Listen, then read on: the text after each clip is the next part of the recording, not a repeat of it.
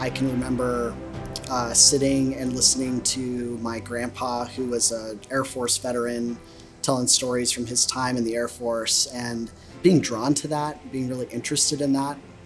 And I can also remember September 11th, watching the televisions in my classroom and thinking, I'm going to join the Army. Now, it didn't quite work out that way right off the bat. I took a different path, and I think part of that was that I wasn't really somebody who was comfortable shooting guns and didn't really picture myself kicking down doors. And I had some inkling that I was going to have some problems under Don't Ask, Don't Tell, even though I wasn't out yet. And so it took me a while before I found my way to military service. What tipped the scales for me was I went into social work, and I started to work at the VA, and I met a social worker who was working at the VA and was also in the Army National Guard doing social work for the Army. And I was like, I didn't even know you could do that. It felt like that was a way that I could take this desire that I'd had to serve for so long and fit it in with my personal skill sets and a way to really be helpful.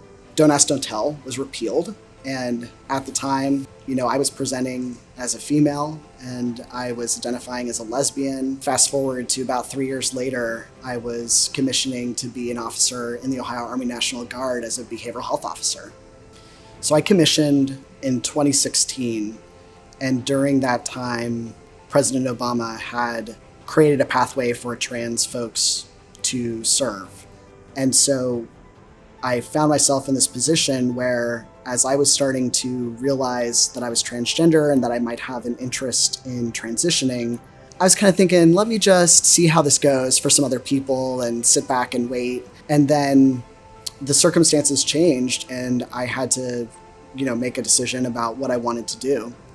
And so I came out to my unit as transgender. We started an administrative process of getting me approved to transition in the military. I was one of the very early group of people in our state that did that. One of the things that was really special about it was not just that I was accepted, but that I was accepted by people that surprised me. I like to say that rank has no gender. And that was something I leaned on when I was transitioning. Actually, the military was one place where I didn't have to worry about people using the correct pronouns because I was Captain Minot. So in some ways, I think the Army can be a good place for a young trans person who's finding their way. And I would want them to talk to somebody who's already been down that path. That's what I did with the generation that came before me.